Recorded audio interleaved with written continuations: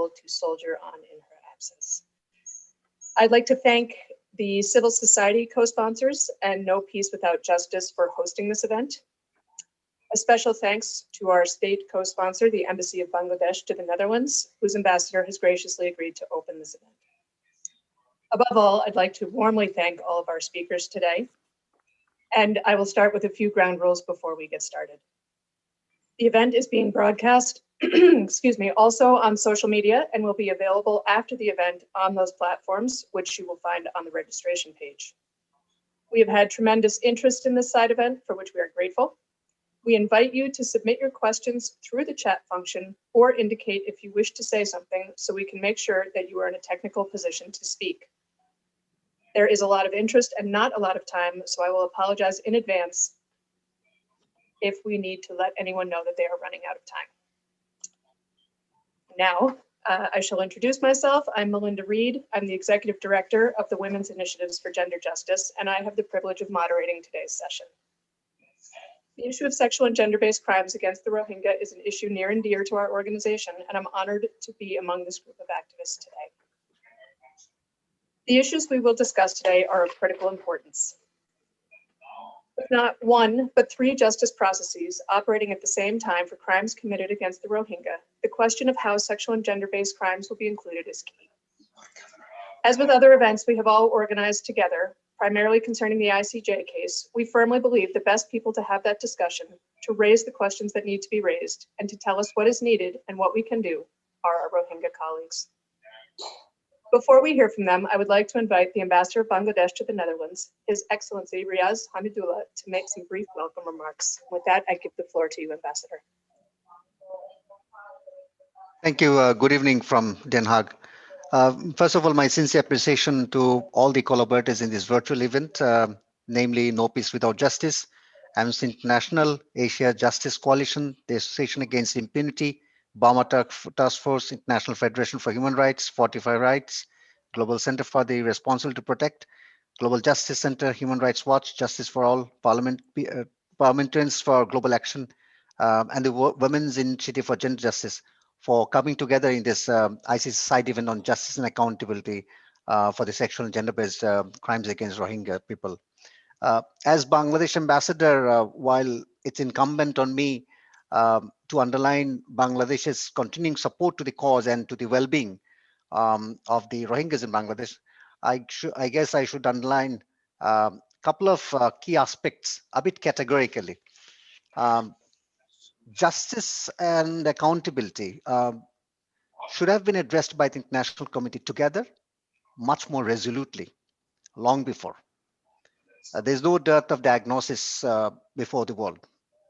The UN fact-finding mission brilliantly brought up the details of severe forms of violation and brutality in considerable detail, and that was undisputedly, and I underscore undisputedly. The crimes against women and children with categorical genocidal intent and atrocities committed against them was neatly established. Yet, 3 years passing, there's clear dithering to pronounce on it. If the International Committee fails to pronounce and act together and collectively, categorically, how would we secure never again? There's a question. There is a dominant view in Bangladesh, and Professor Imtiaz is here, he would certainly reflect on it later, that the International Committee has allowed to slacken the whole issue. And that's because of the state of play in global geopolitics. Now, the question is, can the international community be so selective and be indifferent?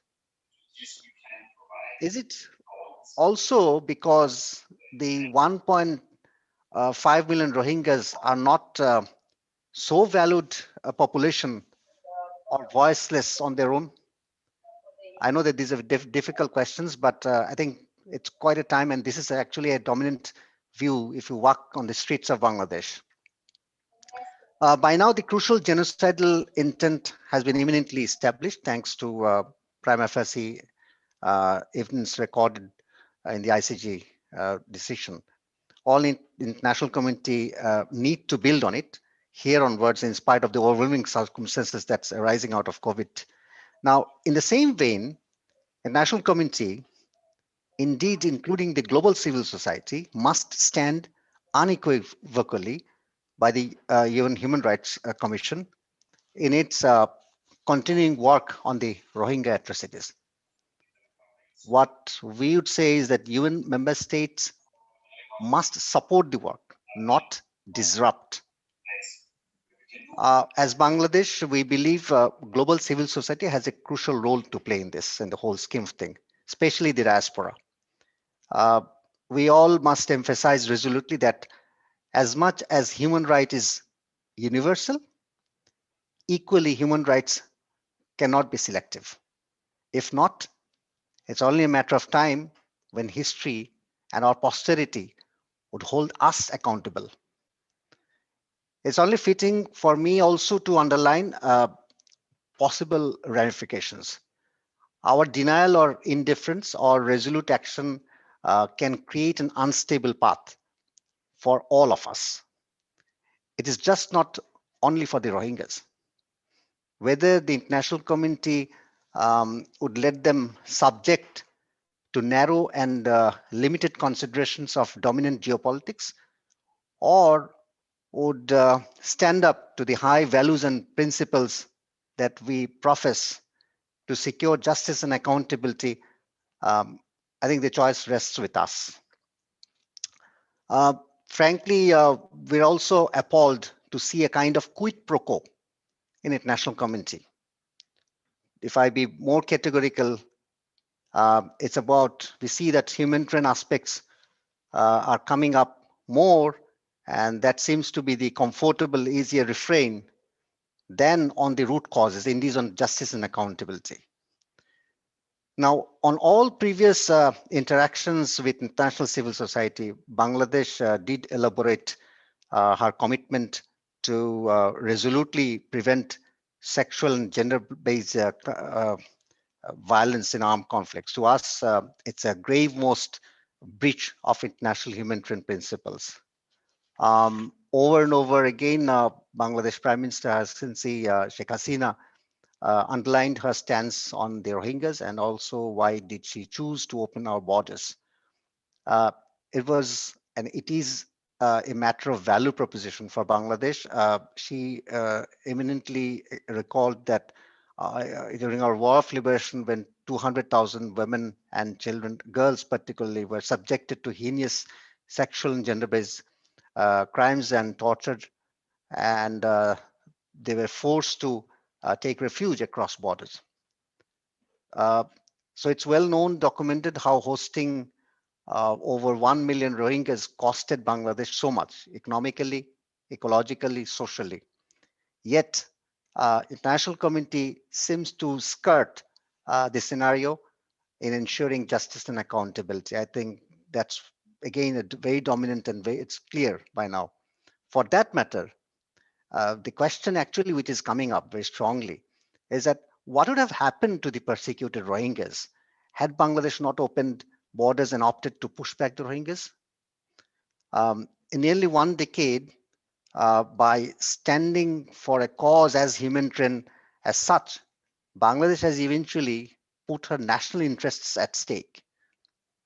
We would therefore continue to stress that the perpetrators of widespread and systemic acts of violence committed against the Rohingya civilian population uh, for all the atrocity crimes are brought to justice and accountability. They're made accountable.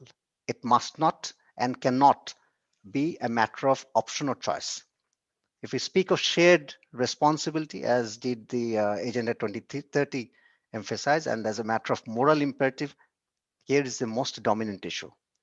So I addressed my case here with these initial observations from Bangladesh side, and would be following what comes out from the, particularly from the Rohingya leaders in this conversation. Thank you. Thank you very much, Ambassador. Thank you for raising these points and providing an excellent framework for the discussion we will be having.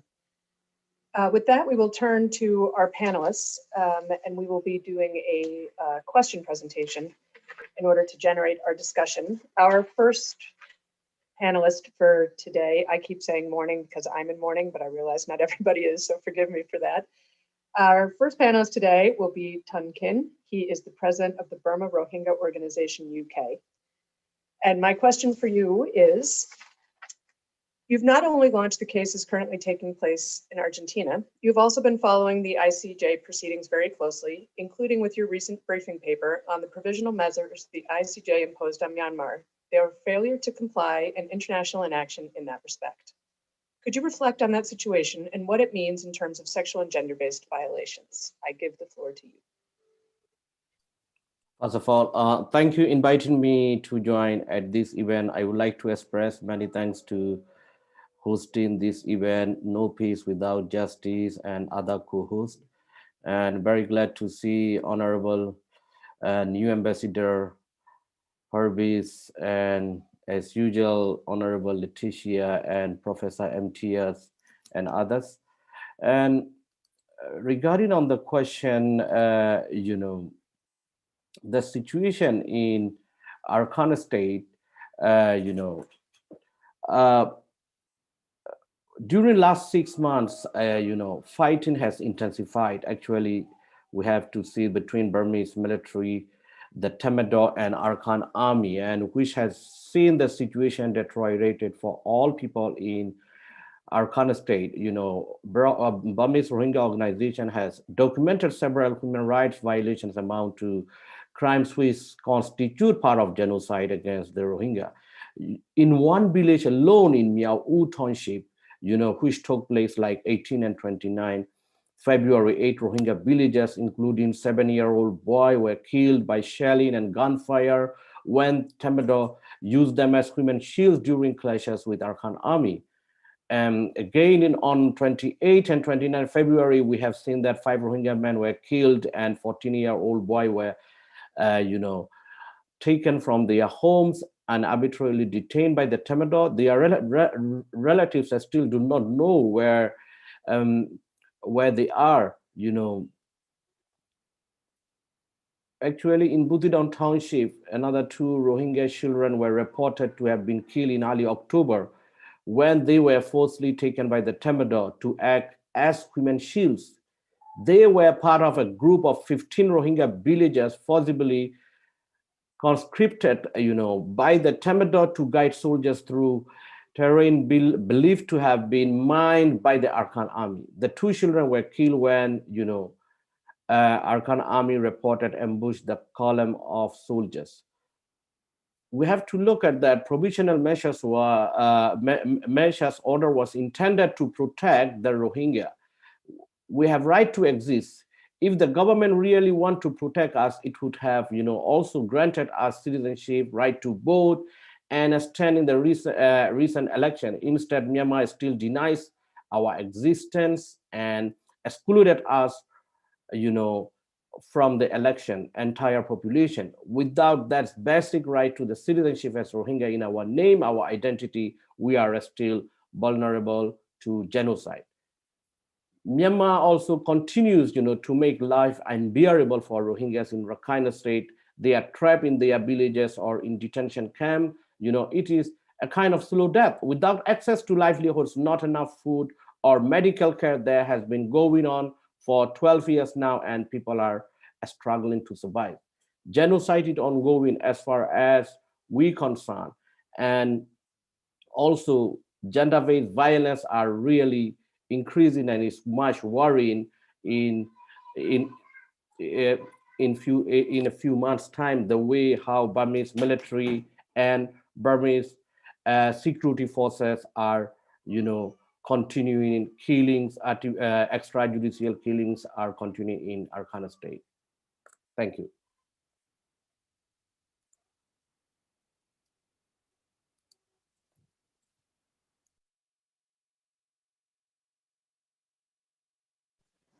Thank you. Sorry, I had brief technical difficulties for a moment.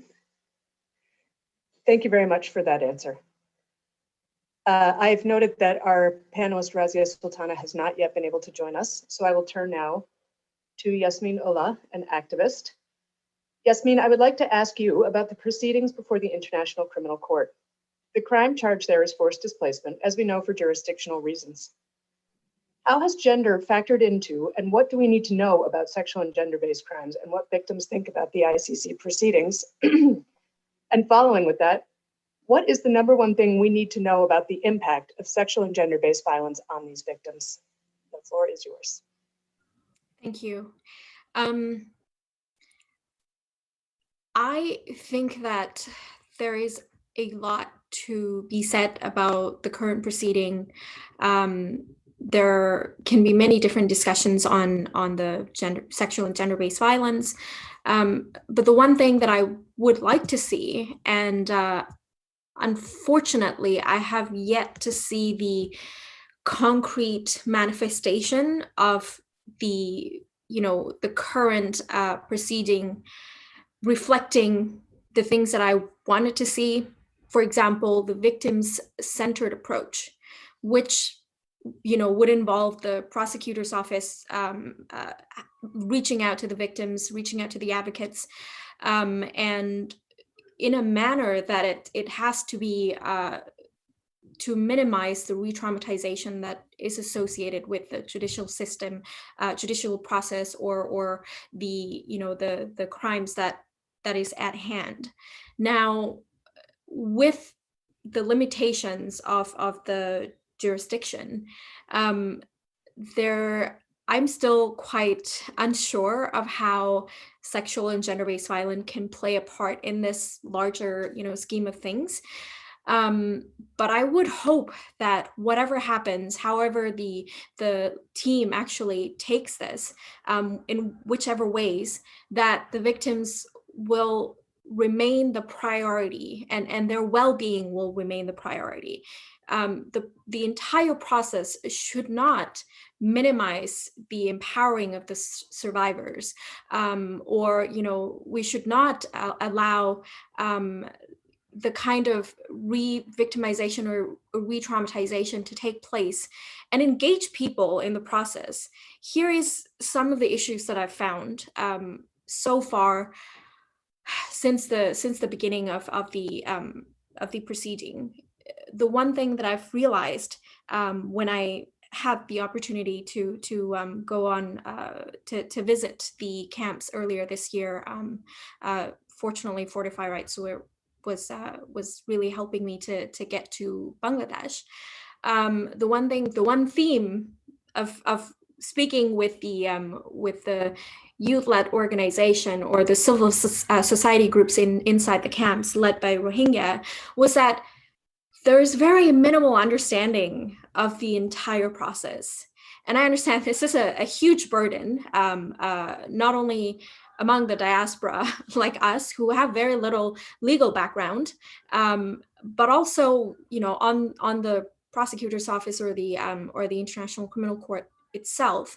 But at the least, the advocates of the communities or the people who are involved in, actively involved in this process should have a better idea.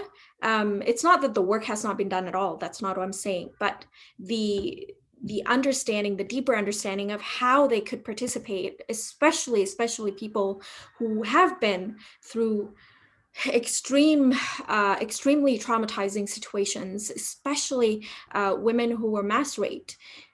These people should be kept in a very, very safe circle and should have the utmost understanding of how the process can affect them, and not just the effects of what we see now of whether or not we are going to have to be able to prosecute somebody to bring justice to people in a very narrow and shallow ways, but more of the long term. What would happen to these victims in a legal sense, but survivors, if and when repatriation becomes a topic again?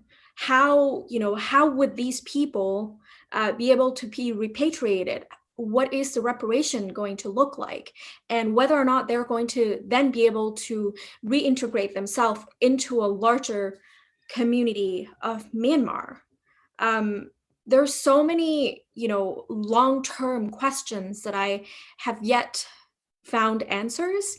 And I really, really hope that, since there have been some changes, some shifts in our understanding of, the gender roles, the, sexualities, a lot of the shifts around, what feminism actually is, and the intersectionality issues. The International Criminal Court, as an older institution, I feel may need to sort of move with the time and take these into the consideration. I understand there are a lot of limitations already, but if this case sort of falls through and we were able to be successful in a legal sense, but the victims are compromised, I I feel that my community as a whole will then be affected negatively, rather than us being able to actually use this as a launching point for us to be able to not only use this as a negotiation, but also a place for us to be able to rebuild. It should not be something that will come back to haunt us later on. And given that picture, there's a lot of insufficiency in the lack of psychosocial support currently in the camps for, not just the women that I referred to, but general public are not able to access mental health support. And a lot of these people that I've talked to oftentimes, expressed a lot of anguish, a lot of frustration around why aren't they able to seek help? Why aren't they able to, do the work and get things going and go home? And that's the frustration that's built up, and the average people don't even have access to the legal understanding, or to the people who will help them understand different aspects of this. Language barriers is definitely one of the issues that makes psychosocial support a lot less accessible, and the sustained efforts of doing that is still it still has a lot of question around it. And I just hope that within working with the complying with the prosecutor's office or the International Criminal Court, that we would seek to support the victims or the survivors a little bit more. And it might entail actually making the access, making the services available for everybody, because they're all essentially the survivors of the genocide that we're trying to seek accountability for. And the ways in which the gendered crimes have been committed was very much in line with the hegemonic power, which relies a lot on the patriarchal ideals to push the gender essentialism and ensure that the fear tactics that they've played, the use of those strategies will instill the fear within the community, right? So the women were kept closer and closer to home as the time goes by, with the oppression that comes, by the military's perpetration. Now, when it not only kept women closer to home, but it also kept basically make men run out of options to keep the community safe, because that's their gender role. Now, this very clearly defined gender roles in order to, break apart the community was basically, part of the plan to finally execute the plan to get rid of Rohingya, as we all know it. Now, it's done in a pattern across many villages, and we all know about this, that in many townships and villages, the security forces will round up the men to later be murdered, and then to keep the women concealed in compounds close by to witness the slaughter of their own family members. And so the sexual and gender-based violence that Rohingya women live through are continuous, in a sense, that like I said earlier, that mental health access is not quite readily available, or it's insufficient in a lot of ways. The agonizing effects of this is re-victimization, and sex trafficking, human trafficking is a huge manifestation of this. The effects of it have been really unique and really difficult to grasp in a lot of ways. A lot of people who are going through this, I think Fortify Rights just released a report about mental health just yesterday, and some of this was talked about. The pattern of the communal effects of the women feeling, fear and intimidation sort of slowly breaks apart the community. And this is not just, common within the Rohingya community. It's also very common in the Myanmar ethnic nationalities as well, by the same perpetrators. The idea of being able to get out of such situations or moving on with life is a little bit hard and difficult to wrap our heads around, specifically for the women who are currently living a very destitute lives in the camps, with not a lot of access, let alone mental health. There are so many other, plethora of things that they don't have access to. Specifically, for the past few months, there have been a lack of food rations, or the food rations are insufficient and for a lot of families, and this sort of led them to